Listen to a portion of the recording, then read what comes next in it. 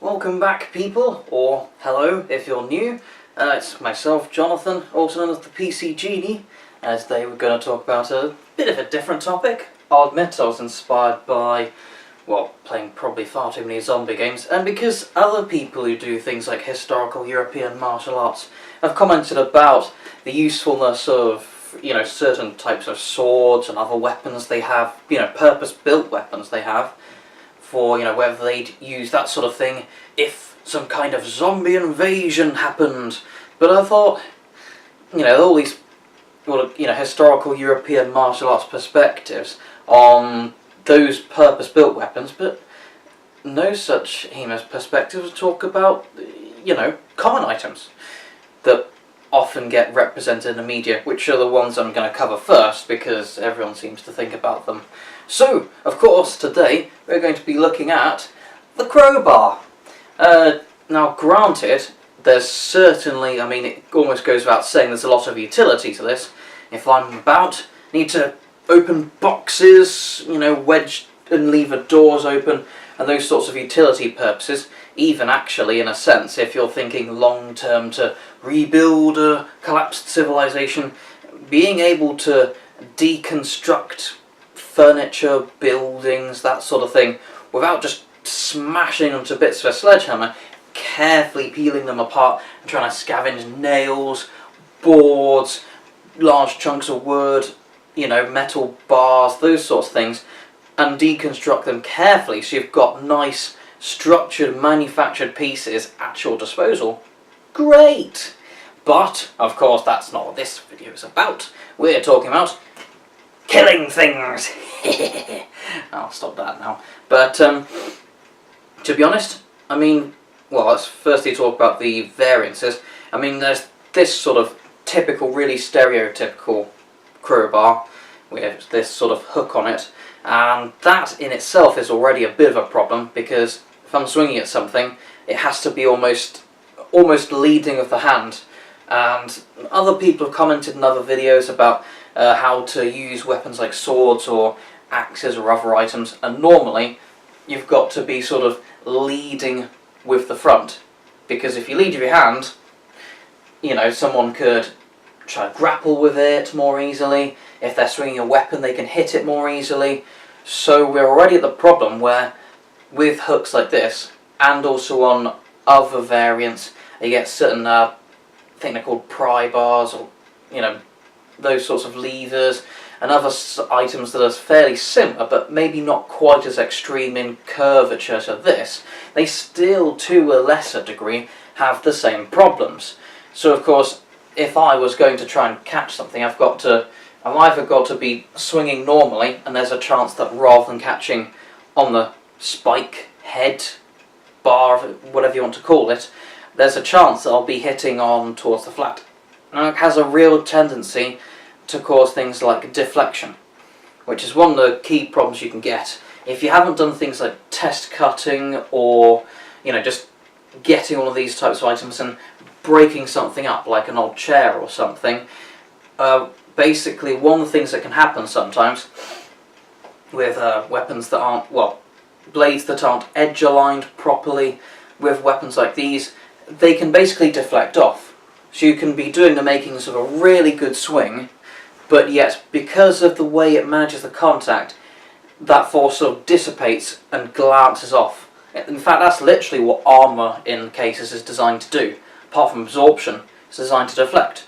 So with these sorts of things, the fact that it's really likely to deflect like that, unless you, do a very deliberate hooking action to, aid in grappling, which is something this is good for, or you're basically, again, leading of the hand and exposing yourself to bites and scratches, grappling, all of those sorts of problems, or of course, other survivors who are less inclined to be helpful to your cause, then this is a disadvantage. I'm leading of the hand and then dragging out so I can guarantee that claw gets stuck in and starts to catch. Unless, of course, I suppose, now I think about it, another alternative is to have it sort of backwards and then swing it like that. But again, you see the little curve around there, you can have exactly the same problem again. So it's still not great either way. I mean, this way around, I suppose, might help, especially since it's now a bit more weighted towards where your hand is, your handle, so to speak. But even this flat part, it's a broad, flat surface like this. It's offline and it's awkward. So no matter how you try and hold it and try to swing it, it's awkward, bluntly. And moving on from that, I have to admit, one thing that I can give it praise for is that these sorts of things, I mean, I've actually had someone else's crowbar and borrowed it to use for destructive tests and things before, but I haven't used this one quite as much. But I have to say, they are, I'd say, nigh on indestructible. I mean, if you're trying to really get at stonework and that sort of stuff, it can probably wear down and start to bend a bit, but with the cross sections, usually a sort of hexagonal type of grip or something similar, it really reinforces itself. And that's great, because I mean, one of the things that can be overlooked is durability in any weapon. You can have something that's maybe a really clever improvised, spear made of a broom handle and a knife, yeah, but you use it for a bit and it breaks and crap, I've got no weapon again, time to grapple in dangerously. Whereas with this, well, to be honest, I mean, as long as you weren't trying to pull cars apart of it and do all the most heavy duty work with it constantly, I think it's set for life, durability wise, so I suppose that's a good positive. But now we're back to negatives, sorry. In terms of the weight, it really is a disadvantage. In fact, I deliberately use this for practice, as in for, sort of training and conditioning, because this, I just gave it a bit of weighing. Obviously there are shorter versions and there are even longer versions, practically ones I'd say are sort of two-handed, almost like a baseball bat type of size. I mean, this is more of a typical, more stereotypical kind of length. I mean, as you can probably see, it reaches most of the way up along my arm.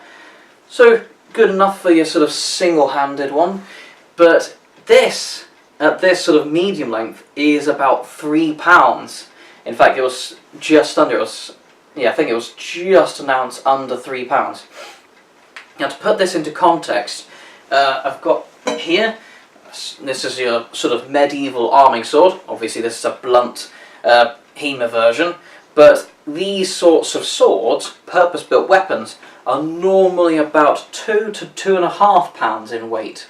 And if we look at another common survival weapon in games and movies, the machete, they can be about a pound, a pound and a half.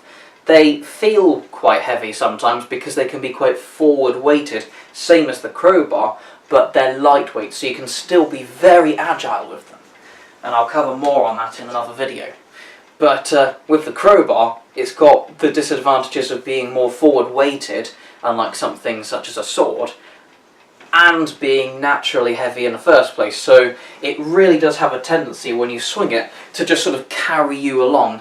It's almost like when you're wielding a sledgehammer, you've got to almost keep going with the momentum, and that's assuming you're going to miss a few times and then maybe hit, which you're not intending to do in the first place. So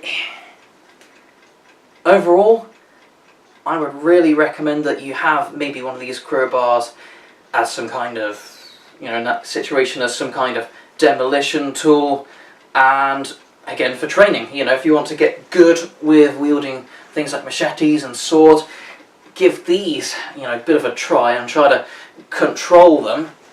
And if you're able to get enough control of these with practice, using a sword will be bloody easy, mate. So yes, that's my opinion on crowbars. In short, don't use them as a weapon. See you next time.